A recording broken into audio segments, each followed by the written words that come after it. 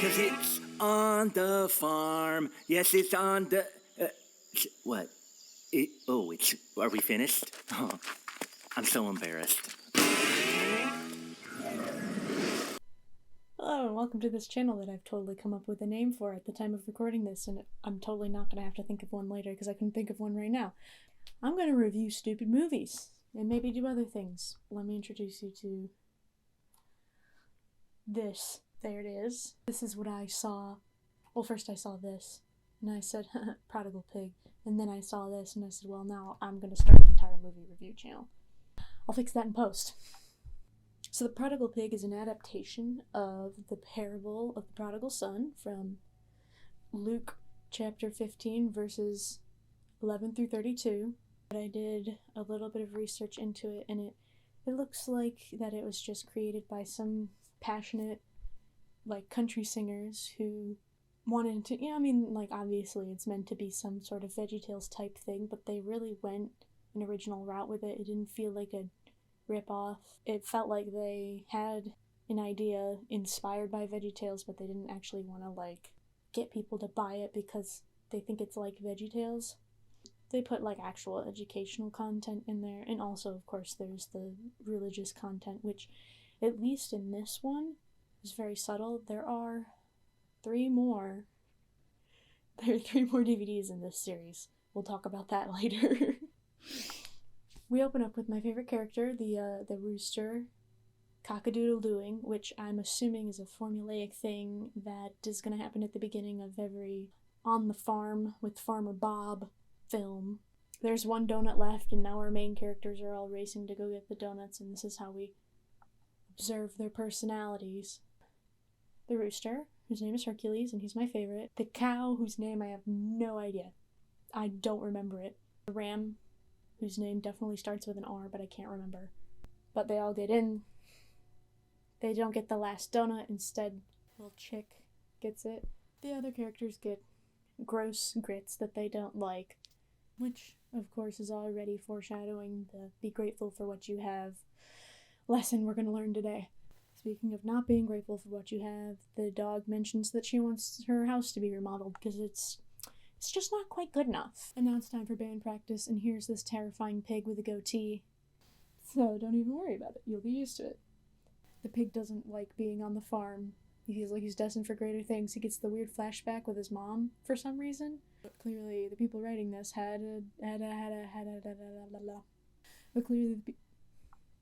But clearly the people writing this had a pretty solid idea of their characters. They were not flat one-dimensional characters. So then, like in the parable, the prodigal son, the pig leaves home.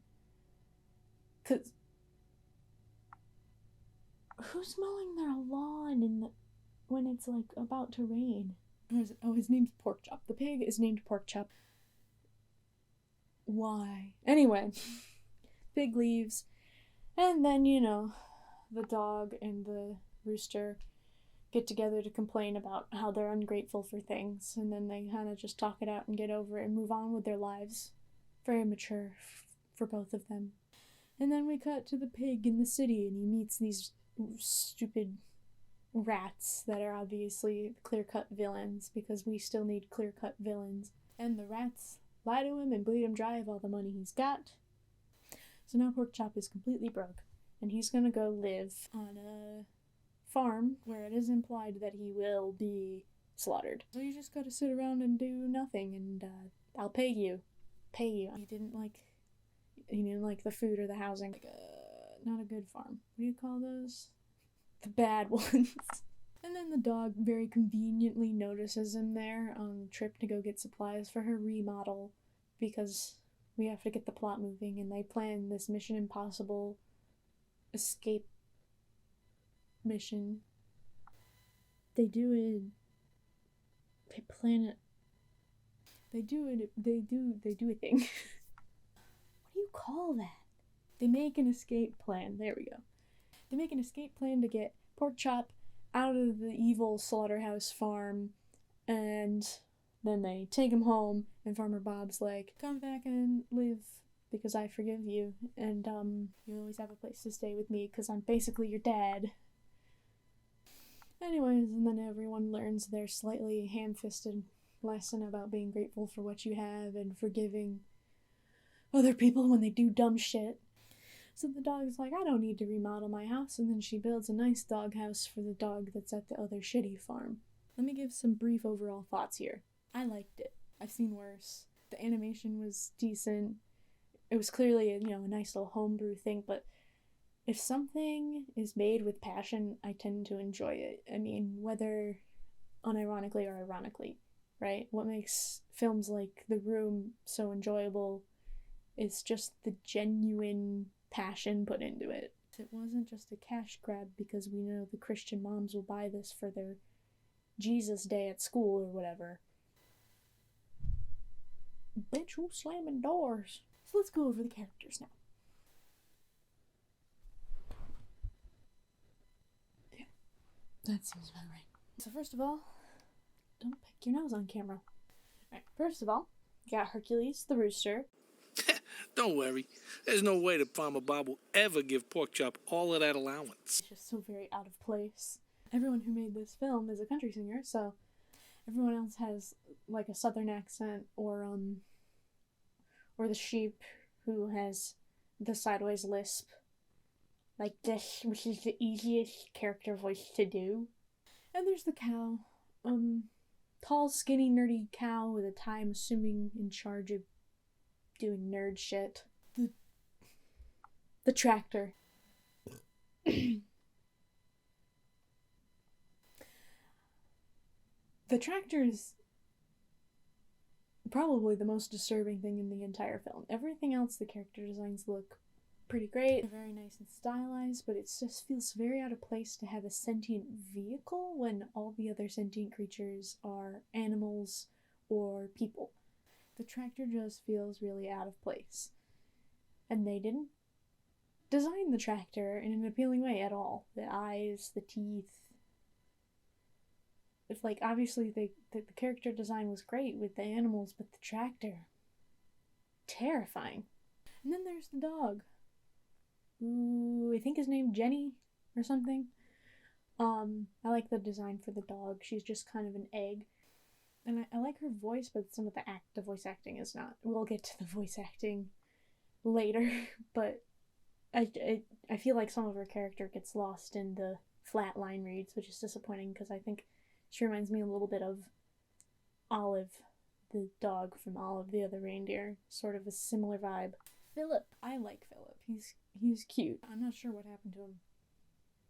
He doesn't talk. He knows how to write. He writes things down for the dog, so. And then there's Farmer Bob, who looks like a Dorito. Father, head of household. God insert? I don't know. Maybe. Pork chop. We talked about pork chop. Weird lump on his back. I don't know why his head needed to be so low down. Pork chop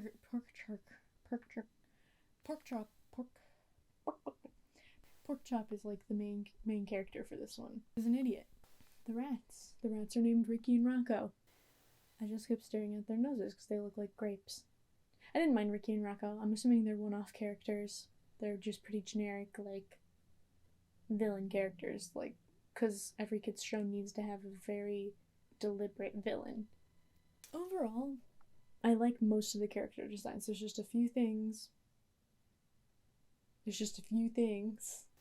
were a little off-putting or distracting about the characters, mainly the tractor, just the entire tractor. I don't want to see that tractor ever again. The rats' noses were kind of distracting, but I don't think they took away from the design at all. I just am easily distracted. And the pigs, all the pigs, they had, well, except for the pig at the very beginning. Yep, the other pigs, they're just like the big old hump. And it's just an egg with a pig head stuck like in the middle. Not even at the I don't know. Really weird. The humor.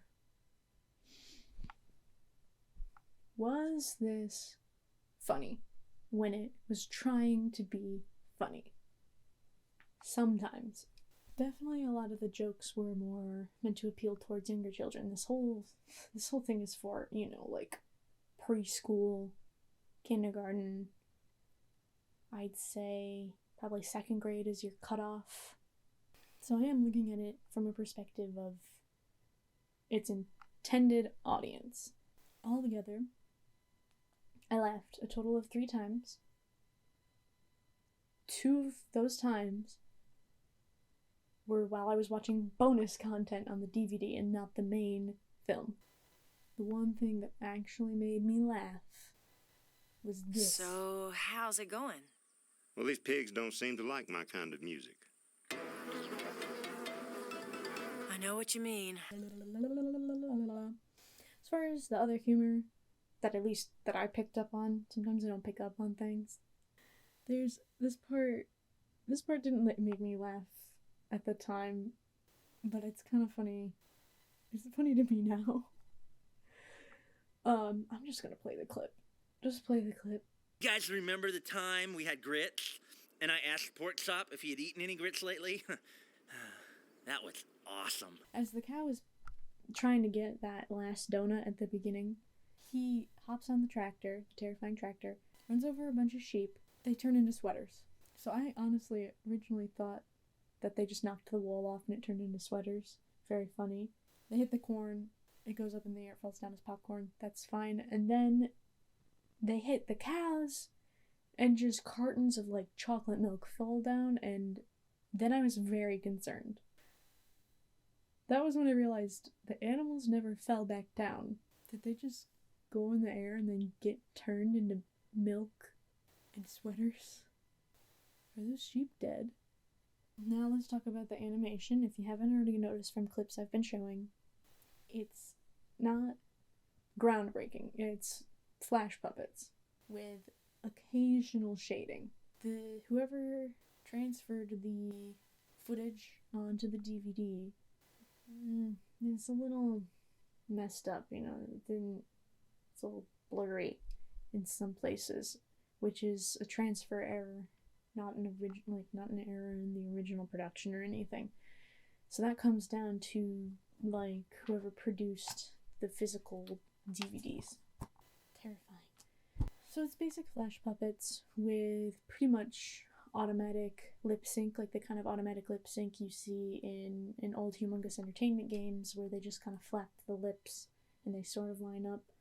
That doesn't bother me either. As somebody who does animation, sometimes I do want to be that lazy. But that requires me to learn Flash puppets and stuff, and I haven't gotten around to learning Flash. Or not Flash, because Flash is dead, but you know. So as far as the character design goes, despite some of the characters being a little too egg and or Dorito shaped, they still mesh together pretty well, except for the tractor. However, a lot of the props feel like they came from maybe a different artist, or they felt more three-dimensional than the characters, and it was a little bit jarring, especially during the rescue sequence when they have the night vision goggles. They just look really out of place. You know, if you look at some of the other props, you'll notice it too, but that's the most glaring one, is because it's right on the characters. It's not by the characters or in the environment with it's right there. It's on their face. It's very distracting. Facial expressions also sort of lacking because they're just basic flash puppets. They don't have a lot of facial expressions. That's fine. I get the feeling the people that made this show, I don't think they were really... I don't even know if the people that directly made this show produced those character designs or if they had them commissioned. I have no idea. Not a lot of information out there for now. The major issues come from when they try to make the characters front-facing, like this. That's terrifying. Looked terrible. And then the cow, when he has the night vision goggles and he's facing forward, that's the stuff of nightmares. That's worse than the tractor, in my opinion.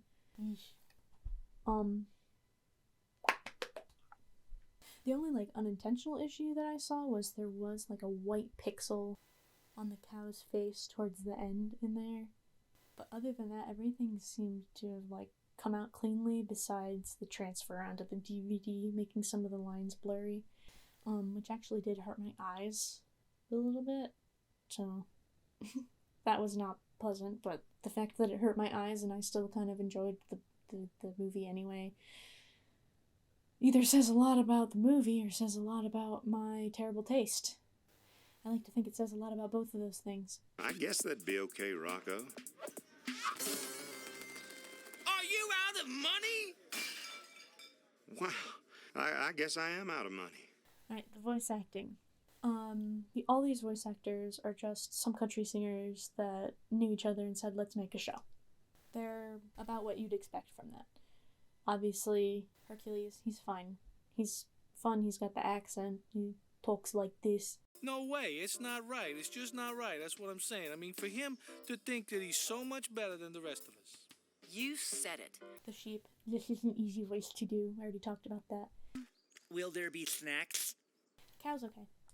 Cow sounds like somebody doing a voice, which is kind of, that's fine. Yeah.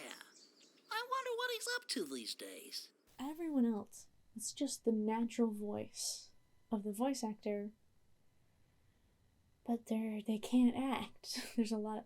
Every line that Porkchop has, very flat. Just reading it off the page.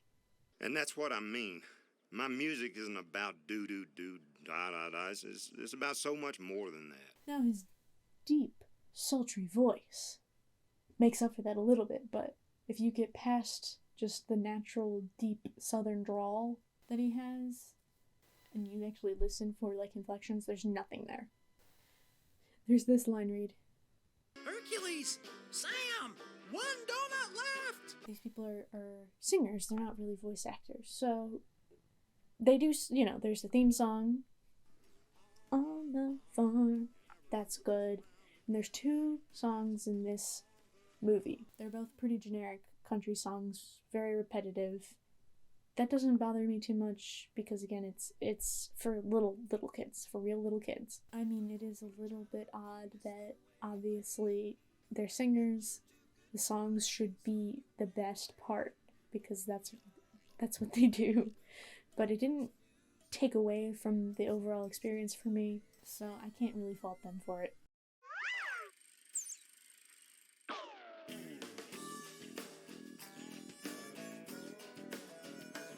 Okay, let's talk about the bonus materials. So, you'll notice that it says featuring the letter P or whatever. As I was watching the main content, the movie, I was like, I'm not seeing any kind of, like, emphasis on literature or the letter P. I mean, obviously, it's the there's a P alliteration in the title, whoop-de-doo.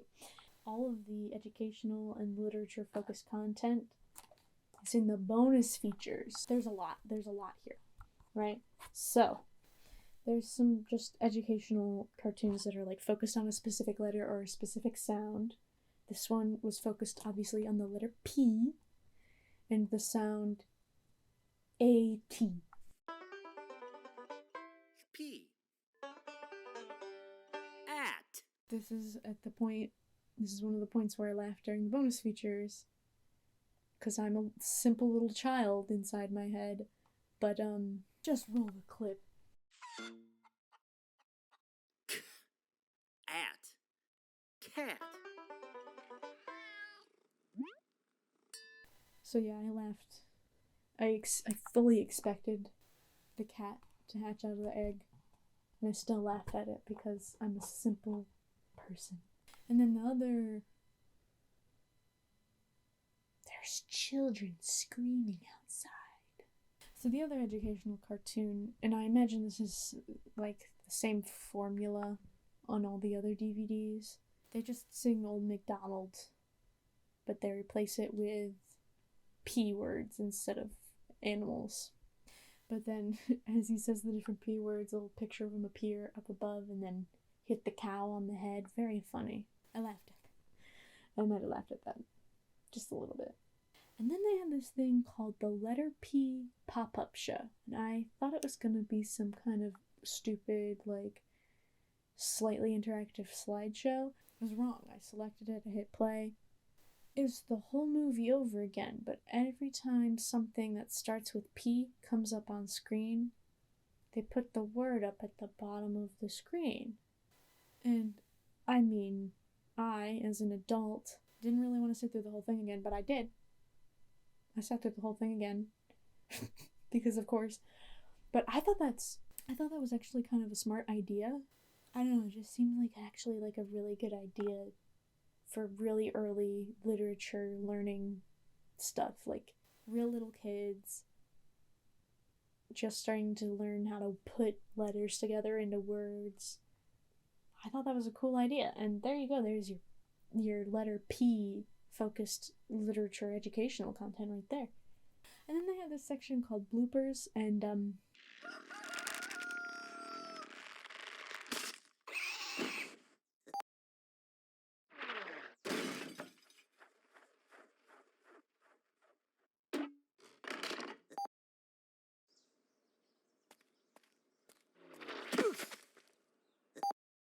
very disappointing. I wanted to hear the voice actors screw up their lines or something, but instead it was just this lame, purposefully animated, deliberately animated fake bloopers, and that was disappointing.